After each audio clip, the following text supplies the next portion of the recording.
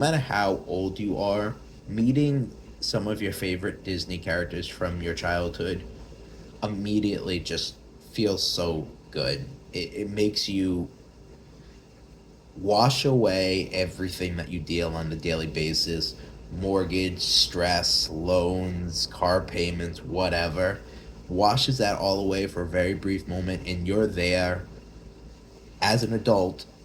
Internally, you're a kid form meeting your favorite characters. Like today, I met Winnie the Pooh, who I love Winnie the Pooh. I loved Winnie the Pooh growing up, and I met Winnie the Pooh today, and Winnie the Pooh giving me a hug, and not only that, but being able to do the up down touch the ground exercise that I used to do as a kid was just it was just magic.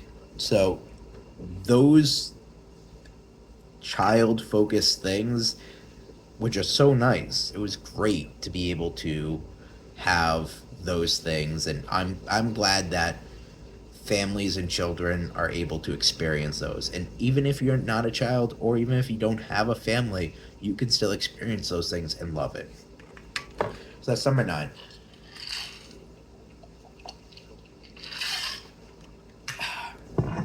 Number 8 is good wait times. Now that seems weird because it is the busiest time of the year, as I said pretty extensively in my Universal one. It is the busiest time of the year, which means it's going to be on my worst list, is like crazy times. But it is the busiest time of year, and it was insane in the parks the entire weekend. So, how can I put good wait times on my list? I don't know what it was that night, but we went to Hollywood Studios on the 23rd of December. And Rise of the Resistance was under an hour for most of the day. Not only that, but at the end of the night, it was a walk on. We walked on Guardians of the Galaxy, the most technically advanced, I think, most technically advanced ride Disney has built in recent days, with crazy changes between actual physical set pieces and visual displays and things breaking all around you. It is insane how advanced that ride is and how good that ride is. So having that ride as a walk on was insane, blew my mind. And meanwhile, Slinky Dog Dash, which is a good coaster, don't get me wrong, is a good coaster, was at like 90 minutes. If I had the choice between riding Rise of the Resistance and doing a walk on, or Slinky Dog Dash and waiting 90 minutes, I would go for Star Wars every single time. That ride is 25 minutes long. So when you buy an lightning lane for it, and it's like $22 or something like that, you can kind of rationalize it where you're like, well, it's a 25-minute ride, so it's basically $1 a minute. But walking on that ride was insane. Like the stuff at Hollywood that day was so good. I don't know what it was, but that day in Hollywood was fantastic. Now, there was some other things during the weekend that we did hit really well, but I think that was the best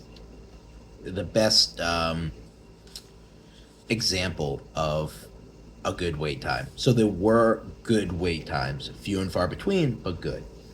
So that was number 8. Number 7 was the Christmas parade. So I don't love Disney's Christmas parade as much as I love the Halloween parade. Boo to You was stuck in my head for weeks, if not at least a month to 2 months after we went for our honeymoon. We went and got I got the Boo to You, which is the Halloween song that they play when they do the parade, in my head and I had to put that pain on other people. So when we passed out candy for Halloween that year, I put "Boo to You" on repeat in my window, so everyone who came to the thing experienced it. And a lot of people were happy. They were like, "Oh, is that from the parade?" I'm like, "Yeah." They're like, "Oh, awesome," you know.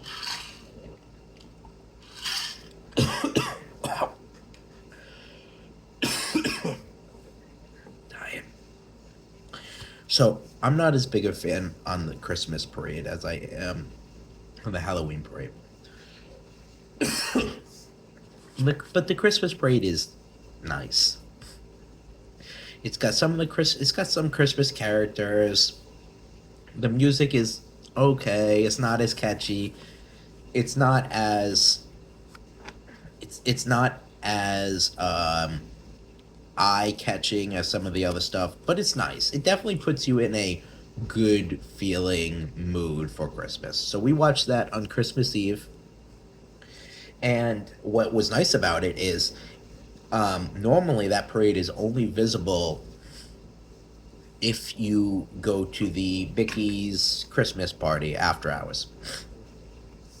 But what we didn't know is if you go the last week of December, everything that is part of the Christmas Mickey's after hours is just part of the normal ticket entry that week. So we got the parade, and spoilers in a little while, we got to see the Christmas fireworks too. So like those things were both stuff that was included with our ticket prices that we would have normally had to pay for the after hours event.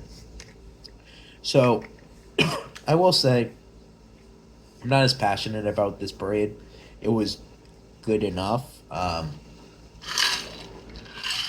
It was nice to see the characters. It was nice to see Penelope, or I think her name is Penelope Pitstop. I could be wrong. From Wreck It Ralph, that was cute. There were other characters. It was much more like candy and sweet focused. A little bit of toy stuff. It was okay. Okay.